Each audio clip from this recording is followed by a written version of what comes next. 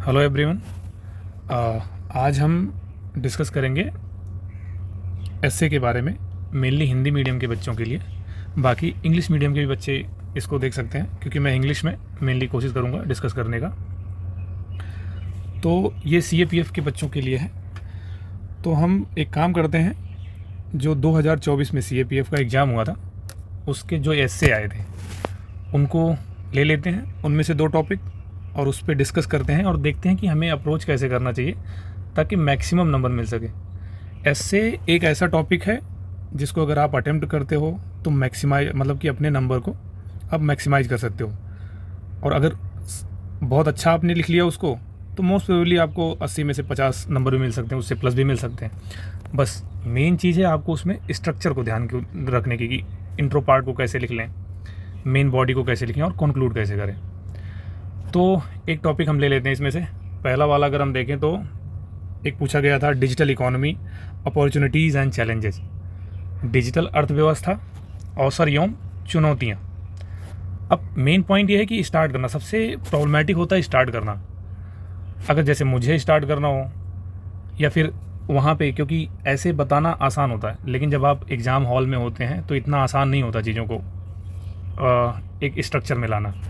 But एक concrete कोई अगर पॉइंट हो जैसे आपके पास, अगर आप वहाँ से स्टार्ट करो तो काफ़ी इजी हो जाता है, और वो देखने में भी अच्छा लगता है, और जो एग्जामिनर रहता है, चेक करने वाला इवैल्यूएटर रहता है, उसको भी लगता है कि हाँ एक कंक्रीट पॉइंट है, और उसने उस सारे पॉइंट को इंट्रो में दिखा दिया, बाकी उसी चीज़ को एक्सप्लेन कर लिया। जैसे पहला टॉपिक अगर मुझे लिखना हो सकता होगा मैं किसी रिपोर्ट का यूज करूँ, या हो सकता है आपके पास कोई डेटा हो उसका यूज करूँ। तो अगर इस वाले टॉपिक में देखें तो अगर स्टार्ट करना है तो फिर उसके कई तरीके हैं, उनमें से एक तरीका ये जिसको मैं यहाँ पे आपको दिखा रहा हूँ। अगर डिजिटल इकोनॉमी है तो एक वाइड एरिया है, एक कोई भी रिपोर्ट ले लेते हैं हम। जैसे अंगटाड ने अपना एक रिपोर्ट जारी किया, उसने एक डिजिटल इकोनॉमी रिपोर्ट हर साल वो जारी करता है। तो उसमें उसने दिखाया कि जो वर्तमान में है कैसे अर्थव्यवस्था चेंज हो रही है। अब डिजिटलाइजेशन का ज़माना है तो उसमें कैसे कैसे क्या क्या स्थितियाँ चेंज हो रही हैं। अगर एक पॉइंट लिखना है तो इसमें अगर हम ये लिख सकते हैं, अंगटाड की डिजिटल इकोनॉमी रिपोर्ट ने डिजिटल अर्थव्यवस्था की स्थिति को विस्तार से प्रस्तुत किया। क्योंकि इसमें 2 चीज़ पूछी गई, एक उसके अवसर, अपॉर्चुनिटी यानी लाभ क्या क्या है, दूसरा चुनौतियाँ क्या क्या हैं। तो उसको अगर हम इंट्रो में यही दिखा दें कि हम आगे जा कर के अवसर और चुनौतियाँ दिखाना चाह रहे हैं, तो जो इवैल्यूएटर है उसको ये पता चल जाएगा, अच्छा हाँ उसने पूरा रेफरेंस दे दिया है हमें अपने इंट्रो में, ताकि उसी चीज़ को वो आगे चल के एक्सप्लेन कर पाए। तो उसमें हम यही दिखाएं कि उसे ये पता चले कि इस रिपोर्ट में ये चीज़ भी बताई गई है कि इसके कई सारे अवसर हैं और कई सारी चुनौतियाँ हैं। अब हमने 2 चीज़ें हाईलाइट कर दी यहाँ पे, क्या क्या, एक अवसर, दूसरी चुनौतियाँ। अब इसका लाभ ये हुआ, इसका फ़ायदा ये हुआ कि आगे हम इन्हीं चीज़ों को आराम से एक्सप्लेन कर पाएंगे। तो इंट्रो का पार्ट, अब जैसे लिखना तो हमें 300 वर्ड है। जैसे आपने अगर कभी देखा हो यूपीएससी सीएससी का एग्ज़ाम होता है, उसमें 250 वर्ड से के आसपास लिखने होते हैं, 15 नंबर के क्वेश्चन होते हैं। तो ये लगभग वही स्ट्रक्चर होता है, बस ये एसए का फॉर्मेटिंग है, तो इसको थोड़ा सा चेंज कर लेते हैं। तो अपने पास अगर 300 वर्ड है तो अब कैसे करें हम, इंट्रो में 40 से 50 वर्ड यूज कर लें, बाकी कंक्लूजन में भी 30, 40, 50 वर्ड यूज कर लें, बाकी जो चीज़ें बची उसको अपने मेन बॉडी में यूज कर लेते हैं। तो मेन बॉडी के अब 2 पार्ट, एक पहला हमारे पास क्या है, अवसर। कई बार ये दिक्कत होती है लोगों को समझने में कि यार अवसर अगर इसने पूछा है तो मैं इसको लाभ पे लिख सकता हूँ क्या, बेनिफिट। तो ये सब मिले जुले वर्ड होते हैं। अगर अवसर, लाभ, अपॉर्चुनिटी इस टाइप की चीज़ें आए तो आप ये मान लो कि हमें सकारात्मक चीज़ें लिखनी है। ऐसा नहीं कि एग्जैक्ट वही पॉइंट पिन पॉइंट करना है, उसको ब्रॉड में सोच करके अपने को लिखना है। और इसका दूसरा पार्ट क्या है, चुनौतियाँ यानी चैलेंजेस, इसके क्या क्या हैं वर्तमान में डिजिटल इकोनॉमी के, उसको हम कुछ पॉइंट में दिखा दें। हमने क्या किया, अगर ये सारी चीज़ें आई हैं तो एक काम करते हैं, एसए जो है आंसर राइटिंग नहीं होती, तो मेनली अगर हम कोशिश करें इसको पैराग्राफ वाइज में यूज करें। और जब ऐसे फैक्चुअल बेस्ड क्वेश्चन आए तो मेनली हमें क्या यूज करना चाहिए, फैक्ट, डेटा, किसी की रिपोर्ट हो, कोई इंस्टीट्यूशन हो, अगर उसने कुछ रिपोर्ट जारी की है या उस पर कोई डेटा प्रेजेंट किया है तो हम उसको यूज कर सकते हैं। और उसके इम्पैक्ट अच्छे पड़ते हैं, क्योंकि जो इवैल्यूएटर है उसको लगता है कि हाँ बच्चे को अच्छा खासा आता है, उसने अच्छा खासा यूज भी किया। तो जहाँ तक अपॉर्चुनिटीज़ की बात रही, अवसर की बात रही, तो लगभग चीज़ें मैं यहाँ पे एक्सप्लेन कर रहा हूँ, आपको भी पता है, बस आपको ये देखना है कि इनको कैसे कैसे पॉइंट में लिख देना है। जैसे अवसर में अगर हम कहें तो आज के टाइम में मैक्सिमम क्या है, डिजिटल इकोनॉमी की सबसे ज़्यादा आपको कहाँ फ़ायदे दिखते हैं। ई कॉमर्स, ई बिजनेसेस काफ़ी सारे बढ़ रहे हैं। जैसे इंडिया में एक ONDC प्लेटफॉर्म बनाया जा रहा है, ऐसे वर्ल्ड लेवल पे बहुत सारी कंट्रीज हैं वो बना रही हैं। फिर डिजिटल लेन देन में वृद्धि होगी। अगर डिजिटल लेन देन में वृद्धि होगी तो उसको कैसे कनेक्ट करना हमको, अगर इसमें, तो फिर मेनली क्या होगा, उसकी लागत क्या होगी, कम हो जाएगी। दूसरा, डिजिटल लेन देन होगा तो आम आदमी के लिए सुरक्षा बढ़ जाएगा। अब उसको पॉकेट में लेकर के पैसा नहीं चलना है, उसको अब इस बात की टेंशन नहीं कि यार मेरे पास पैसा है कहीं चोरी हो जाएगा। तो इन्हीं पॉइंट को एक जो ऑफिशियल लैंग्वेज नहीं होती उसमें लिखना अपने को, लेमैन लैंग्वेज नहीं, एक ऑफिशियल लैंग्वेज में उसको लिख देना। और बहुत बार सबसे बड़ी दिक्कत हमारे हिंदी मीडियम के बच्चों को ये होता है कि वो इस बात पे डरते हैं कि देवनागरी में ही लिखना है, कि इंग्लिश के वर्ड लिख सकते हैं कि नहीं। आप एकदम इत्मीनान से खुल करके लिखिए, कोई दिक्कत नहीं। आपको DBT लिखना है, DBT लिखिए। RBI लिखना है, इंग्लिश में लिखिए, कोई दिक्कत नहीं है। UN लिखना है, बिल्कुल लिखिए। हाँ, ये है कि इतना मत लिखिए कि ऐसा लगे कि वो इंग्लिश में लिख रहे हो कि हिंदी में लिख रहे हो, ना पता चले।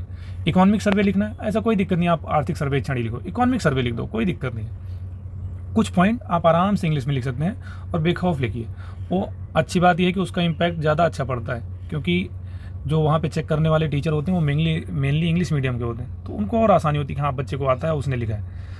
तो ऐसे और सारे पॉइंट अगर हमें इसी में अवसर में लिखने हो, आपको भी पता है कि जब डिजिटल इकॉनमी चलती है तो हम अपनी कोई भी योजना होती है उसको लागू कर पाते हैं, गवर्नमेंट लागू करती है।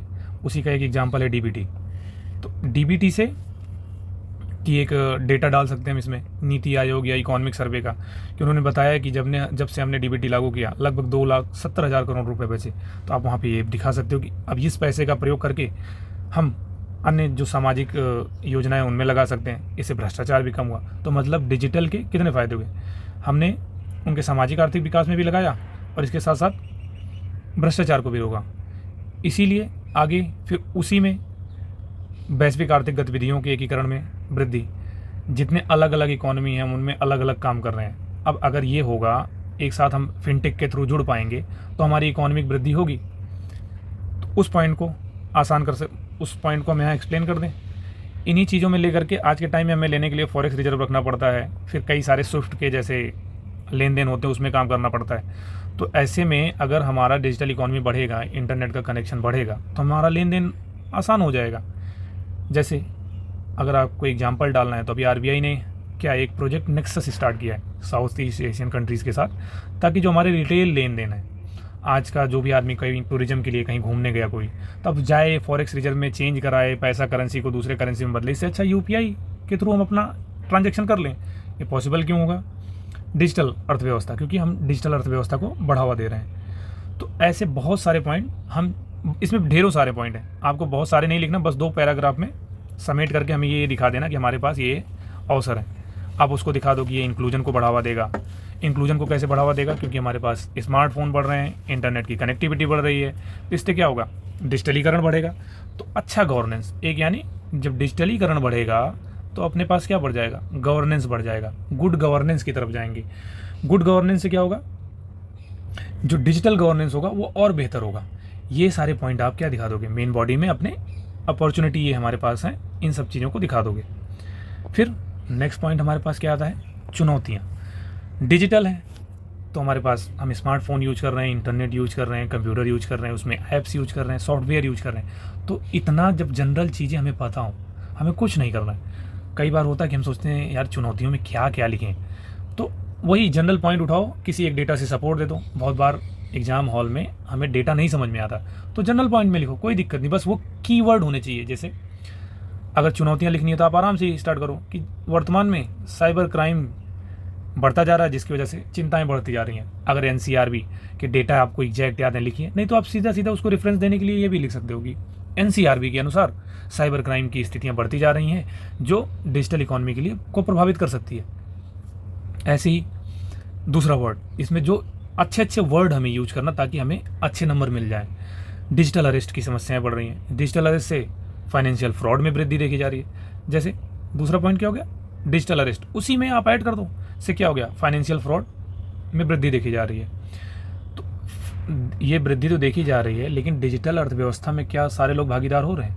नहीं। क्यों? क्योंकि डिजिटल लिटरेसी की समस्या बनी हुई है हमारे पास। तो डिजिटल लिटरेसी बहुत कम है। आप एग्जाम्पल के थ्रू दिखाओ, क्योंकि अगर डिजिटल लिटरेसी नहीं होगी तो लोग डिजिटल अर्थव्यवस्था में कैसे पार्टिसिपेट कर पाएंगे।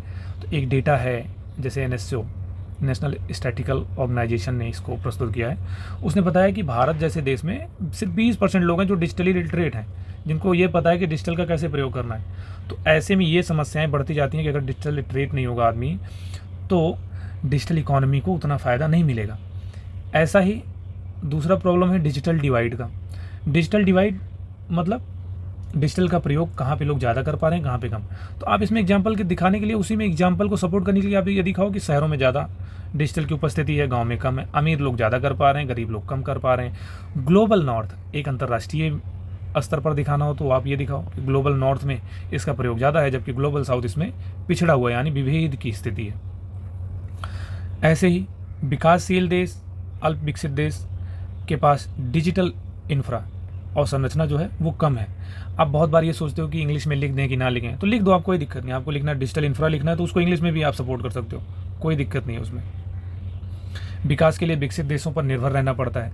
तो एग्जाम्पल के थ्रू अगर आपको सपोर्ट करना है तो उसमें सपोर्ट कर दो कि भैया OECD के जो देश हैं उनकी स्थिति बहुत अच्छी है, उनके पास नवीनतम तकनीकी है, नवीनतम प्रौद्योगिकी है, टेक्नोलॉजी है जिसका वो प्रयोग कर रहे हैं। और जो दक्षिण एशिया और अफ्रीका के देश हैं वो पिछड़े हुए हैं इस मामले में। और जो डिजिटल अर्थव्यवस्था है उसकी चुनौतियों में एक बहुत बड़ा, जैसे हम तो ये अभी तक सब कुछ डिजिटल के बारे में और मेनली वो फिनटेक से रिलेटेड बात कर रहे थे। अपनी बात को सपोर्ट करने के लिए डाइवर्स भी तो करना है, तो उसमें हम एक पर्यावरणीय मुद्दा भी यूज कर लें, एक गवर्नेंस का भी मुद्दा यूज कर लें, तो वो क्या हो जाएगा, इससे क्या रहेगा कि हाँ ये डाइवर्स हो गया, चुनौतियाँ भी डाइवर्स हो गई। तो अगर एग्जाम्पल के थ्रू अगर इसमें सपोर्ट करना है तो एक डेटा है ICT जो हम यूज कर रहे हैं, उसके प्रयोग की वजह से लगभग 6 से 12% जो है इलेक्ट्रिसिटी ग्लोबल स्तर पे प्रयोग हो रही है। अगर इतनी इलेक्ट्रिसिटी हम प्रयोग करेंगे तो उससे क्या होगा, ग्रीन हाउस गैस तो एमिट होगा ही, ज़्यादा बढ़ेगा, तो किसको प्रभावित करेगा, क्लाइमेट चेंज को बढ़ाएगा ही बढ़ाएगा। तो इसी से रिलेट करके हमने ये लिख दिया। फिर डिजिटल प्रयोग के लिए जो भी हम डिजिटल को बढ़ावा दे रहे हैं तो उसमें हम स्मार्टफोन, कंप्यूटर, इन सबको तो यूज करेंगे ही करेंगे। इससे क्या होगा, ई अपशिष्ट मतलब जो हमारे पास स्मार्टफोन के गार्बेजेज हैं, कंप्यूटर के गार्बेजेज हैं, या फाइबर नेट जो चला रहे हैं हम, फाइबर नेट को बढ़ावा देने के लिए जिन जिन चीज़ों का यूज कर रहे हैं, उनसे तो वेस्ट उत्पन्न तो होगा ही, वो भी क्या करेंगे, पर्यावरण को डायरेक्ट और इनडायरेक्ट रूप से प्रॉब्लम क्रिएट करेंगे, उनके लिए प्रॉब्लम क्रिएट करेंगे। अभी तक मैंने यहाँ पे जितने पॉइंट बनाए, अगर यही CSC में भी लिखना होता, मतलब सिविल सर्विसेज में पॉइंट यही होते, बस इनको एलोबरेट कर देते हम, और यही एलोबरेट करके आराम से कितना लिखा जाता, 1000 वर्ड, 1500 वर्ड, 2000 वर्ड, जितना आप लिखना चाहो लिख लो। लेकिन आपको लिखना है 300 वर्ड, इतने सारे डेटा, इसमें से आधा भी डेटा आप यूज करोगे तो उसका इम्पैक्ट अलग पड़ेगा, और ये उस चीज़ को पूरा जस्टिफाई कर देगा कि हाँ आपको इस पूरे के बारे में नॉलेज है। हमें चुनौतियाँ और अवसर लिख दिया तो हमें यही नहीं छोड़ना है, हमेशा जो हमें कंक्लूड करना है उसको एक पॉजिटिव नोट पे ले जा करके कंक्लूड करना है। तो इसलिए अगर कंक्लूजन में लिखना है तो आप जो जो समस्याएं उन्हीं को उठाओ, उन्हीं में से 2-4 चीज़ें दिखा दो कि हाँ इनको हमें ध्यान में रख करके काम करना चाहिए। जैसे डिजिटल अगर अर्थव्यवस्था को हम डेवलप कर रहे हैं तो सामान्यतः इस तरीके से ना हो कि वो सबके लिए अलग अलग हो, सभी को इंक्लूड करें, यानी समावेशी हो। समावेशी को दिखाने के लिए आप ये दिखाओ कि ग्लोबल जैसे ग्लोबल साउथ है, ग्लोबल नॉर्थ का डिफरेंस ना हो, जबकि अमीर गरीब देश का ही ना हो, वो सबके साथ हो। दूसरा, साइबर सुरक्षा जैसे मानक अगर निर्मित करने हो हमें तो G20 के तहत, UN के तहत, G20 के तहत, WTO के तहत, UN के तहत हम कुछ ऐसे संधियां या कुछ मानक बनाएं ताकि उनको हम फॉलो कर पाएँ।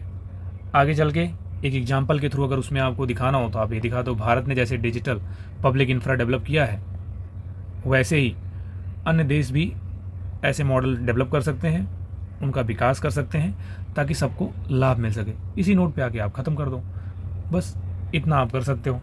तो मैंने यहाँ पे आपको पहला जो एस्से था उसको एक्सप्लेन करके दिखाया। कुल 6 एस्से पूछे गए हैं, तो मैंने ये रेफरेंस के लिए आपको बताया है, आप इसको आराम से देखिए। इसमें आपको अगर ऐसा लगता है कि कुछ पॉइंट इंक्लूड करने हैं तो आप मुझे ज़रूर